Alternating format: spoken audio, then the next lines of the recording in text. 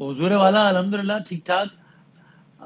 آپ نے کچھ عرصے پہلے حیران کر دیا تھا ہمیں لائیو ٹی وی پہ کیا گیا کہ بھائی دیکھیں اب ہم اپنے فیصلے کریں گے کیونکہ اب ہم پہ پہلے کی طرح پریشر نہیں ہے. تو ہمیں کیا معلوم تھا کہ حالات کے بعد یہ ٹرن لیں گے. اب بتائیں, اب تو پریشر تو نہیں ہے الحمدللہ, آزادی مبارک. اب بتائیں کہ فیصلہ کب تک کرنا ہے؟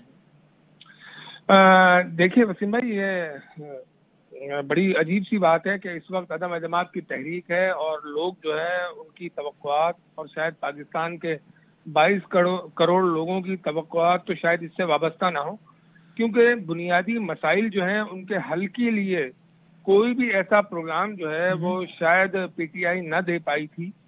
تو اب اگر یہ عدم اعتماد تحریک آئی ہے تو اس میں ایک چیز ہمیں ذہن میں رکھنی ہے کہ یہ کسی سیاسی مقاصد کے لیے نہیں ہے, بلکہ 22 کروڑ عوام کے جو مفادات ہیں اس حوالے سے جو ہے یہ لائی جا رہی ہے. لیکن ایم کیو ایم کا موقف تو جو ہے وہ بالکل واضح ہے. وہ دیگر سیاسی جماعتوں سے, جو چاہے اپوزیشن کی ہوں یا حکومتی جماعت خاص طور پر, اور دیگر جو حکومتی جماعت کے اتحادی ہیں, ان سے ملاقات اور بات چیت کے سلسلے جاری رکھے ہوئے ہیں. لیکن ابھی ایم کیو ایم کا کوئی فیصلہ ایسا نہیں ہے کہ جس میں کوئی یہ بات واضح طور پر کہی جائے کہ وہ کس طرف جا رہی ہے.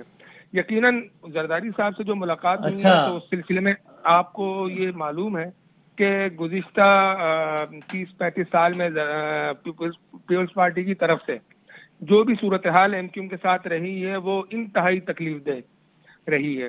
تو اب لیکن اس وقت کی جو صورتحال ہے اس میں ایم کیو ایم نے یہ فیصلہ کیا ہے کہ وہ انتہائی تحمل, بردباری اور اس کے ساتھ جو ہے وہ کوئی بھی فیصلہ کرے گی. اور سر آپ بتانا, آپ ایم کیو ایم کے ایم این اے ہیں, اور تو آپ کی پارٹی کے اندر اس وقت سینٹیمنٹ کیا ہے؟ ظاہر ہے آپ لوگ پی ٹی آئی سے بھی خوش نہیں ہیں, پیپلز پارٹی سے بھی خوش نہیں ہیں.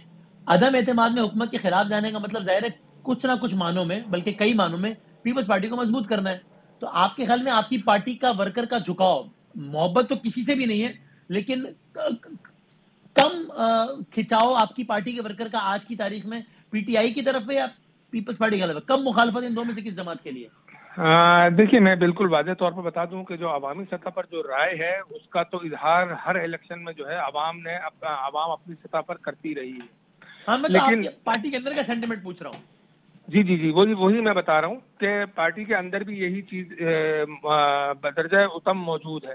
لیکن اس کے باوجود ایم کیو ایم نے یہ کوشش کی ہے کہ اگر انتظام قانونی مسائل کو قانون سازی کے ذریعے حل کرنے پر کوئی اتفاق ہوتا ہے, اور وہ مسائل کے جو 18ویں ترمیم کے بعد جو ہے صوبوں کے پاس منتقل ہو چکے ہیں, اس سلسلے میں کوئی پیش رفت ہوتی ہے اور عوامی سطح پر لوگوں کے مسائل کے حل میں کوئی مددگار اور معاون ثابت ہو سکتی ہے پیپلز پارٹی, تو اس میں ضرور غور و فکر کر رہی ہے. اور یقیناً وہ جو ہے اپنے عوام, اپنے کارکنان اور اپنے ذمہ داران کے پاس جانا چاہتی ہے کہ ان کی رائے کو سب سے مقدم رکھیں. پیپلز پارٹی کے ساتھ جانا ناممکن تو بالکل بھی نہیں ہے نا. اگر میں کو ایم کیو ایم کا پیپلز پارٹی کے ساتھ جانا ناممکن ہے تو میں غلط کہہ رہا ہوں نا.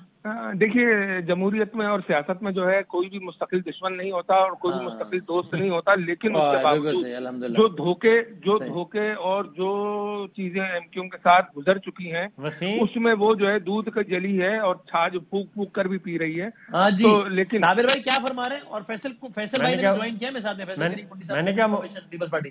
جی صابر صاحب, میں نے کہا مبارک ہو. اچھا خیر مبارک, صحیح ہے. تو لیکن یہ بتا دیں اسامہ بھائی کہ آپ نے کہا پریشر پہلے بہت تھا اور اب نہیں ہے, تو یہ بتا دیں اگر دوبارہ آ گیا تو کیا ہوگا؟ پروگرام کا نام 11th آر ہے. اگر 11th آر پہ آپ پہ پریشر آ گیا کہ بھائی جان اینڈ کر لو تسی, تے پھر تسی کی کرو گے؟ دس دیو میں وسیم بادامی بھائی, میں آپ کے پروگرام میں اس سے پہلے بھی کہہ چکا تھا کہ وہ حالات اور وہ جو ہے ماحول نہیں ہے کہ جو 3-3.5 سال سے جو اسمبلی میں تھا.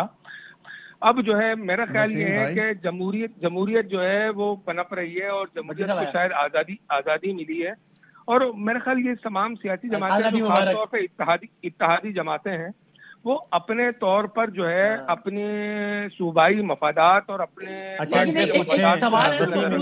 سیدھی بات کہ بھائی گورنر سندھ کون ہوگا ایم کیو ایم کی طرف سے؟ بھائی جان دیکھیے, اچھا میں آپ کو گورنر سندھ کی آفر ہو گئی کیا؟ ہاں جی, گورنر سندھ کون ہوگا ایم کیو ایم کی طرف سے, بس یہ بتا دیں.